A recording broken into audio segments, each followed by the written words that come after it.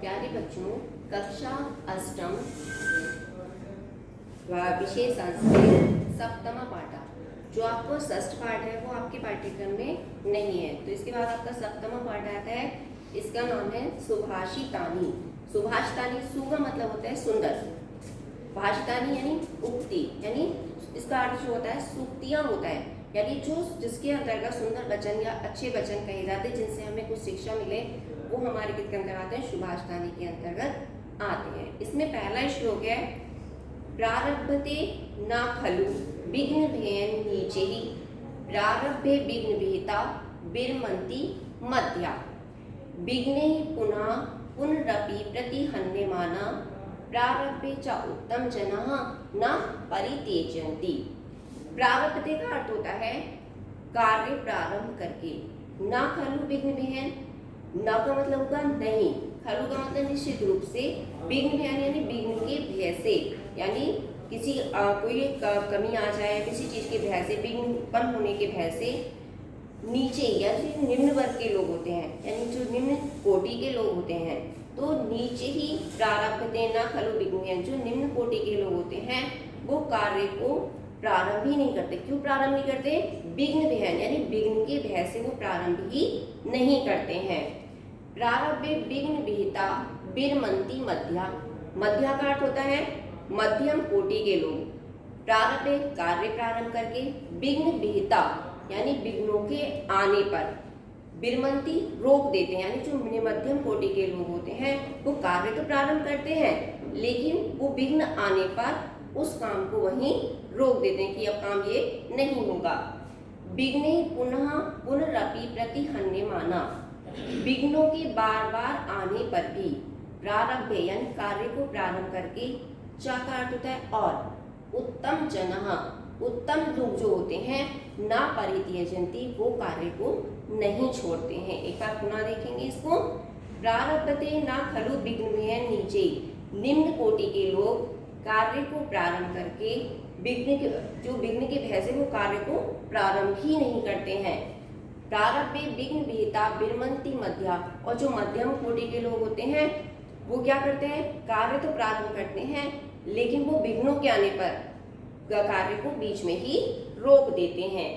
विघ्ने पुनः पुनरपि प्रतिहन्यमाना, जो उत्तम वर्ग के लोग होते हैं, चाहे उत्तम जना यानी उत्तम वर्ग के जो लोग होते हैं वो कार्य को प्रारंभ करने के बाद, यानी अगर उन्होंने कार्य को प्रारंभ कर दिया तो चाहे कितने भी विघ्न आए वो कार्य को पूर्ण करते हैं, यानी कार्य को वो बीच में नहीं छोड़ते हैं। इसमें आपका द्वितीय श्लोक है, आरंभ गुर्वी श्रेणी क्रमेण लग्भी पुरा वृद्धिमति च पश्चात, दिनस्य पूर्वार्ध परार्ध भिन्ना छाएव मैत्री खल सज्जना नाम। खल का मतलब क्या होता है? नीचे से लेंगे हम इस लाइन में, खल सज्जना नाम। खल का मतलब होता है दुष्ट, सज्जना नाम सज्जन लोग, यानी जो दुष्ट और दुर्जनों और सज्जनों की, खल मतलब दुर्जन और सज्जना नाम सज्जन, यानी जो दुष्ट व्यक्ति होते हैं और सज्जन व्यक्ति होते हैं उनकी मित्रता छाया की समान होती है। दिनस्य पूर्वार्ध परार्ध भिन्ना, यानी दिन के पूर्वार्ध और परार्ध में, यानी दिन के पहले भाग में और बाद वाले भाग में अलग अलग होती है। जैसे आरंभ गुर्वी श्रेणी क्रमेण, यानी जो दुष्ट लोगों की संगति होती, मतलब जो दुष्ट लोगों की मित्रता होती है, आरंभ गुर्वी यानी प्रारंभ में तो वो बड़ी हुई नजर आती है, श्रेणी क्रम और क्रमशः वो क्षीण होती चली जाती है। लेकिन जो सज्जन लोगों की मित्रता होती है वो लग्भी पुरा, यानी जो पहले होती है वो थोड़ी छोटी होती है लेकिन बाद में बढ़ती ही, पश्चात वृद्धिमति चा, और बाद में वो वृद्धिमति यानी वृद्धि को प्राप्त करती है। तो दुष्ट लोगों की संगति कैसी होती है? दुष्ट लोगों की संगति छाया के समान कैसी होती है कि प्रारंभ में बढ़ती है और बाद में छोटी होती चली जाती है, कम होती चली, क्षीण होती चली जाती है। और जो सज्जन लोगों की मित्रता होती है वो शुरू में तो कम होती है लेकिन वो धीरे धीरे वृद्धि को प्राप्त होती है।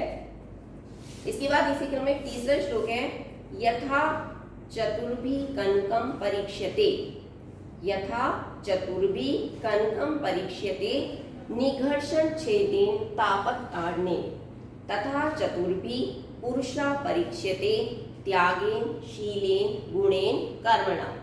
यथा का जिस प्रकार, चतुर्भि कनकम परीक्ष्यते, जिस प्रकार, कनकम का अर्थ होता है सोने, जिस प्रकार सोने का 4 प्रकार से परीक्षण किया जाता है, जिस प्रकार सोने का 4 प्रकार से परीक्षण किया जाता है, निघर्षण, छेदन, तापत, ताड़न, यानी घिसने से, तोड़ने से, काटने से और तपाने से, यानी इन 4 प्रकार से सोने का परीक्षण किया जाता है। उसी प्रकार जो पुरुष होता है उसका भी 4 प्रकार से परीक्षण किया जाता है। किस प्रकार?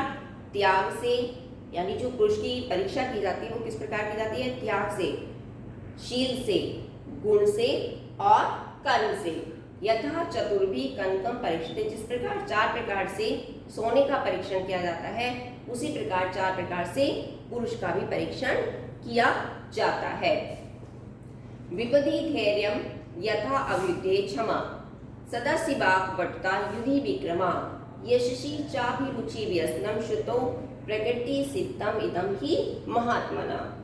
विपदी धैर्यम, विपत्ति में धैर्य, अव्युत्य क्षमा और क्षमा, सदाशिव वाक्पटुता और सभा में बोलने की निपुणता, युधि विक्रमा और युद्ध में पराक्रम, यशसी चाभिरुचि और यशी कार्य में अरुचि होना, व्यसनम श्रुतो और वेद अध्ययन में, श्रुतो मतलब वेदाध्ययन में आसक्ति रहना कि वेदाध्ययन में रुचि एक तरह से उसमें लगना, प्रकृति सिद्धम ही महात्मना, तो जो महात्मा की इस प्रकार से प्रकृति सिद्ध होती है, जो महात्मा लोग होते हैं उनकी प्रकृति इस प्रकार से ही सिद्ध होती है। यानी विपत्ति में धैर्य, क्षमा और सभा में वाक्पटुता, यानी सभा में बोलने की चतुरता होनी चाहिए, युद्ध में पराक्रम, यशस्वी होना और वेदाध्ययन की आसक्ति होना, ये महात्मा लोगों की प्रकृति इस प्रकार से सिद्ध होनी चाहिए। न चोरहार्यम न च राजहार्यम न भ्रातृभाज्यम न च भारकारी, वे कृते वर्धत एव नित्यम विद्याधनम सर्वधन प्रदानम।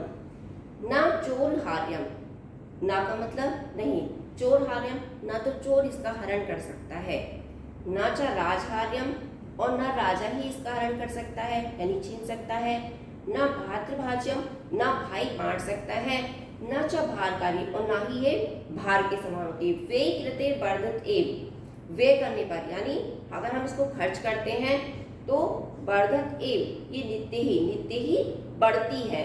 विद्या धनम सर्व धन प्रदानम, और जो विद्या धन है वो सब धनों में प्रधान है।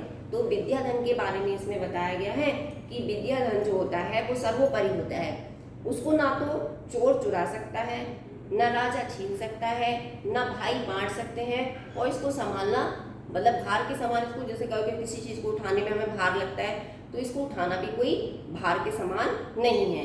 वे कृते वर्धत एव, और जो नित्य ही यानी हम जितना इसको खर्च करते हैं, जितना हम इसको दूसरों को बांटेंगे उतना ही बढ़ता है। इसलिए विद्या धनम सर्व धनम प्रधानम, यानी धन तो हम खर्च करते हैं तो हमारा खर्च हो जाता है, लेकिन जो विद्या ऐसा धन है जो खर्च करने पर बढ़ता ही है।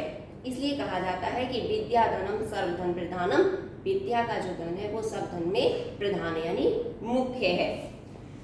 कैयुरानी न भूष्यन्ति पुरुषम हारा न चंद्रोज्ज्वला, न स्नानम न विलेपनम न कुसुमम न अलंकृता मूर्धजा। वाणिका समलंकरोति पुरुषम या संस्कृता धार्यते, क्षीयन्ते खलु भूषणानि सत्तम बाघ भूषणम। कैयुरानी न भूष्यन्ति पुरुषम, यानी जो कैयुरानी यानी जो बाजूबंद होता है, न भूष्यन्ति पुरुषम, पुरुषों की शोभा उससे नहीं बढ़ती है। हारा न चंद्रोज्ज्वला, चंद्रमा के उज्ज्वल समान, जो चंद्रमा के समान अगर उज्ज्वल हार पहन लिया जाता है तो उससे भी पुरुष की शोभा नहीं बढ़ती है। न स्नानम न विलेपनम, न स्नान करने से, न लेपन यानी उपटन जो करते हैं उससे खुशबू युक्त, उससे अगर हम उपटन करते हैं तो उससे भी पुरुष की शोभा बढ़ती है, नहीं बढ़ती, उससे भी शोभा नहीं बढ़ती है। न अलंकृता मूर्धजा, यानी बालों को अगर संवार लिया जाए उससे पुरुष की शोभा बढ़ती है, नहीं बढ़ती है उससे। वाणिका सम अलंकृति पुरुषम या संस्कृता धार्यते, यानी वाणी से, यानी जो पुरुष की वाणी है उससे ही वो अलंकृत होता है। और जो कौन सी वाणी होती है, या संस्कृता धार्यते, जो संस्कारवान वाणी होती है उससे ही पुरुष का क्या होता है, अलंकार होता है। क्षीयन्ते खलु भूषणानि, यानी बाकी सब आभूषण जो होते हैं वो नष्ट हो जाते हैं। क्षीयन्ते मतलब नष्ट हो जाते हैं, खलु निश्चित रूप से, भूषणानि यानी भूषण, चाहे वो बाजूबंद है चाहे हार है वो टूट जाता है, और सब चीजें जितने भी आभूषण है वो आपके नष्ट हो जाते हैं, लेकिन सततम बाग भूषणम भूषम, जो वाणी का आभूषण है वो हमेशा ही बना रहता है। यानी हमारी अगर वाणी अच्छी होती है तो वो हमारा सबसे बड़ा आभूषण है। षड दोषः पुरुषेणे हातव्या भूतिम इच्छता, निद्रा तंद्रा भयम क्रोधा आलस्यम दीर्घ सूत्रता। षड, षड का मतलब छह दोष, पुरुषेण पुरुषों में छह दोष क्या कर देना चाहिए, हातव्य छोड़ देना चाहिए। कौन से पुरुषों को, भूतिम इच्छता, जो यश और कल्याण को चाहते हैं। भूतिम इच्छता यानी यश और कल्याण को चाहने वाले पुरुषों को ये छह दोष छोड़ देने चाहिए। कौन कौन से वो छह दोष हैं, निद्रा यानी नींद, तंद्रा यानी ऊंघ यानी जम्हाई जो लेते हैं, भयम भय, क्रोध गुस्सा, आलस्यम आलस्य। दीर्घ सूत्रता क्या होता है, यानी जो काम हम कम समय में कर सकते हैं उसके लिए अधिक समय लेना। तो अगर हम इन छह दोषों को छोड़ देते हैं तो क्या होता है, वो जो पुरुष होता है उनको क्या करना है, कल्याण को प्राप्त करना है, यानी यश और वैभव को प्राप्त करता है। ये आपके सुभाषितानी के 7 श्लोक हैं, इनके अर्थों को अच्छे से देख पढ़ना है और इसकी पीडीएफ आपको पीडीएफ के माध्यम से जो अर्थ वगैरह है, प्रश्नोत्तर है, वो आपको पीडीएफ के माध्यम से मिल जाएंगे। धन्यवाद।